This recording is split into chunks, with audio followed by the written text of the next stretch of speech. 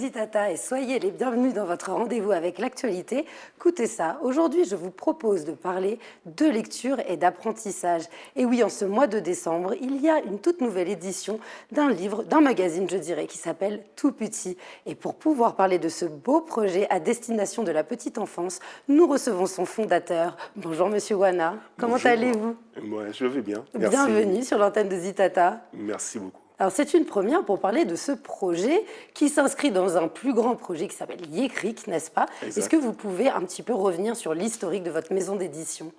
Donc, Yécric est né en 2020, donc au début de la scène Covid qu'on a tous connue. Je venais de quitter mon travail, ou plutôt, on venait de me faire quitter mon travail, on va dire ça comme ça. Et ma compagne me dit gentiment, tu as plein de projets dans la tête depuis un moment, tu vas bientôt avoir 40 ans, il serait peut-être temps que tu t'y mettes. Donc elle dit ça, je vous dis ça gentiment, hein, mais elle me l'a dit un petit peu moins, ouais, voilà.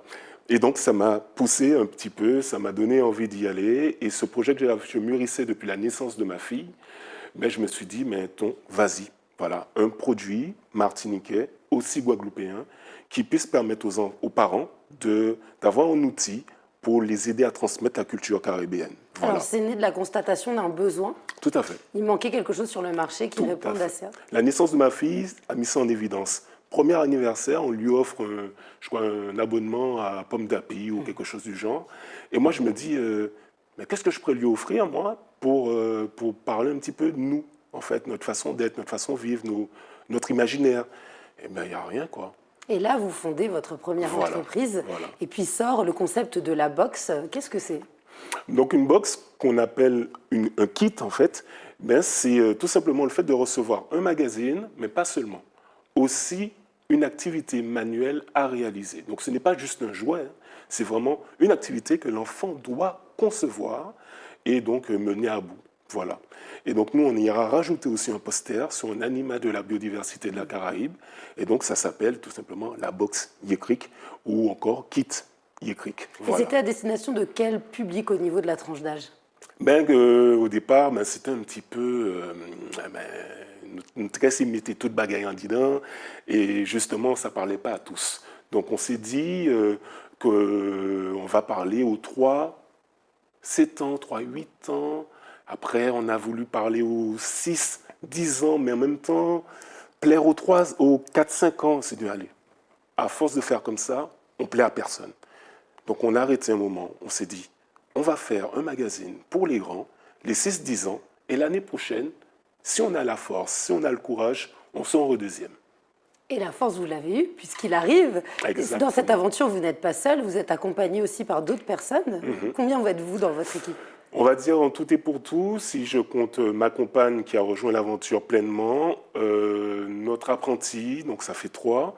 On travaille aussi avec des freelances, donc notamment Agathe Niès-Borola qui est notre directrice artistique, qui est en freelance, donc ça fait 4 du coup.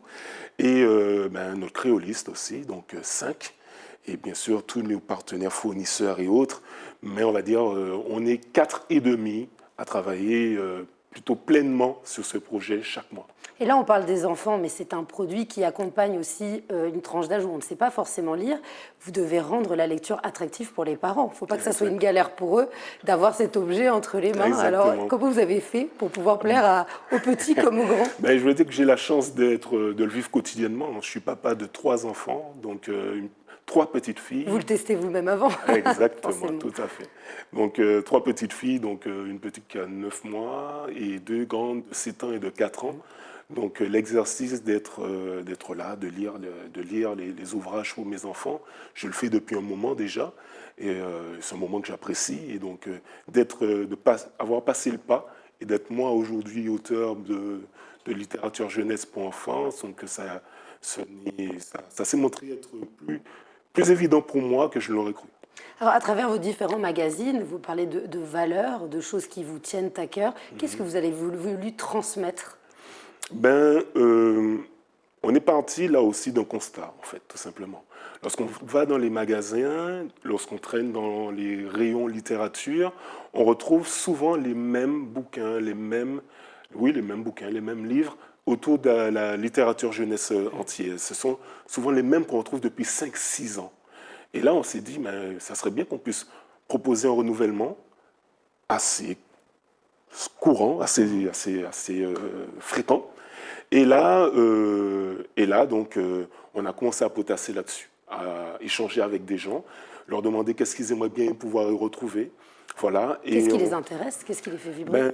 En fait, au départ, on a beaucoup interrogé les parents et on s'est rendu compte à un moment que c'était une erreur parce que les parents, ils veulent retrouver des choses qui sont de l'ordre vraiment du patrimonial, alors que les enfants, ils veulent de l'imaginaire. Donc beaucoup d'animaux, beaucoup des choses simples, hein, on va dire le petit anoli, les feuilles de fouille à pain qui ont une feuille un peu qui ont une forme un peu bizarre et qui dans la nuit peuvent donner l'impression un peu fantasmatique. Donc jouer un petit peu de tout ça, de tout cet imaginaire pour créer des histoires, voilà.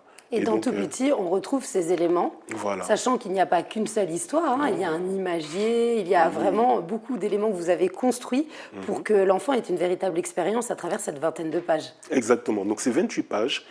L'essentiel du magazine est centré autour d'une histoire, comme vous l'avez dit, mais le reste, ce sont des jeux simples hein, que l'enfant peut généralement faire à la maternelle, mais aussi un imagier. Donc là, c'est sur Noël, donc c'est un imagier autour de Noël, du repas de Noël. Et puis il y a aussi un focus sur un animal de la Caraïbe qu'on appelait Amis animaux. Tout simplement, un petit jeu de mots sympathique. Et là, c'est le raccoon, tout simplement. Le mois prochain, ça sera un autre animal de la Caraïbe, et ainsi de suite.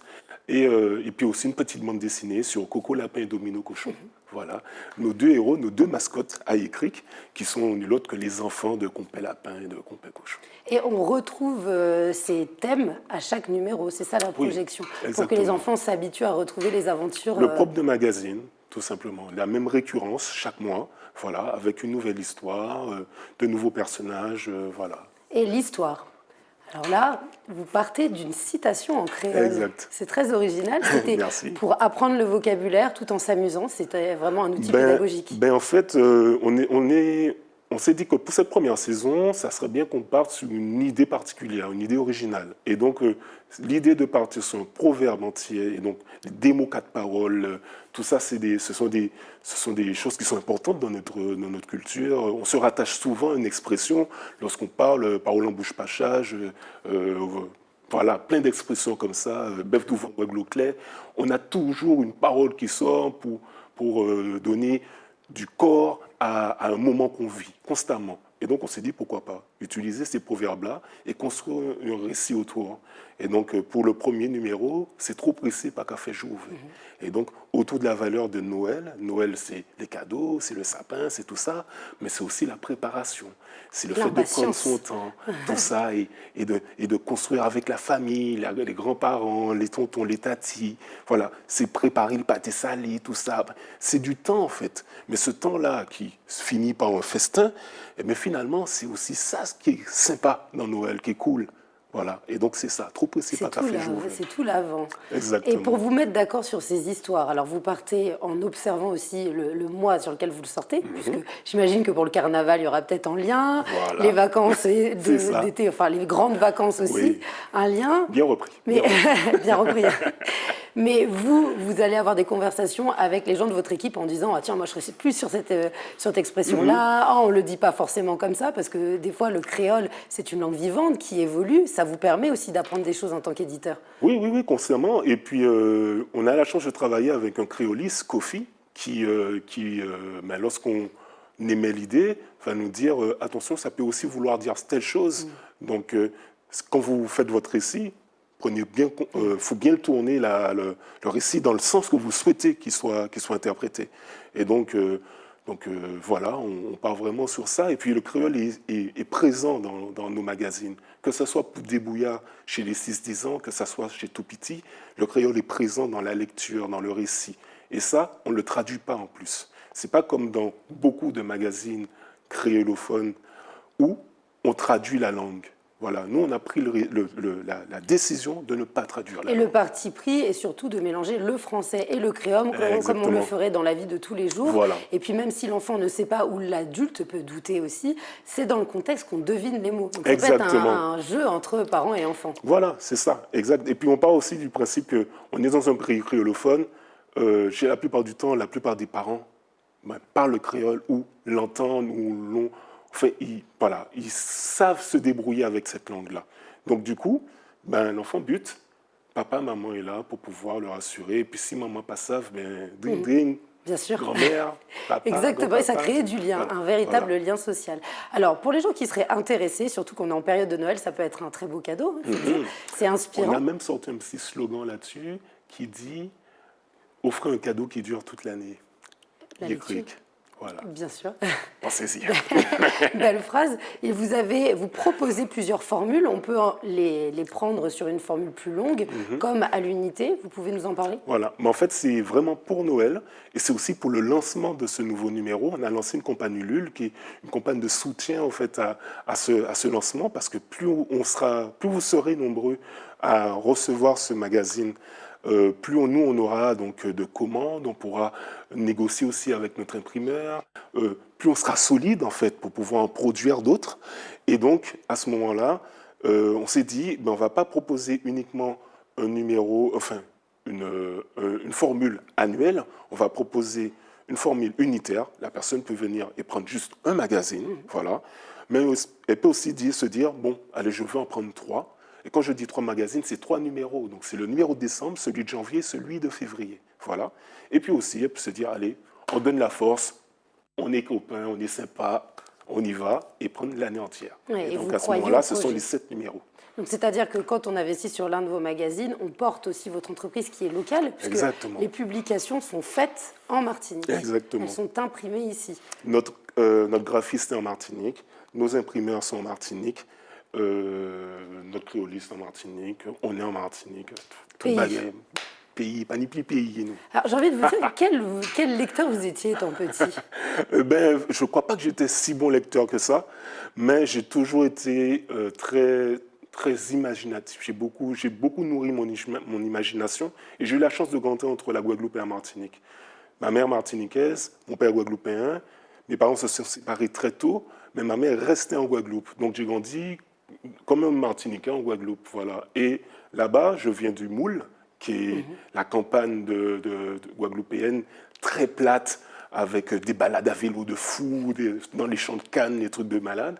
Et en Martinique, je viens du Monde Pito. Donc c'est Mon, c'est en Barbois, c'est aller chercher Fouillapin, Mandarine, tout. Et j'ai grandi avec plein de cousins. Donc tout ça, ça foisonne dans la tête. On s'imagine 1000 choses.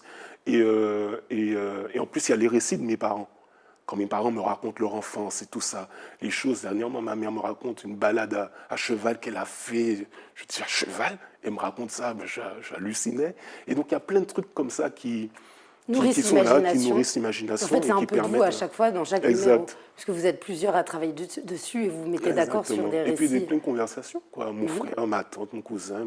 Ah ouais, une idée, tiens, pourquoi pas. En tout cas, histoire, voilà. On vous souhaite une très longue vie et peut-être une adaptation au créole guadeloupéen.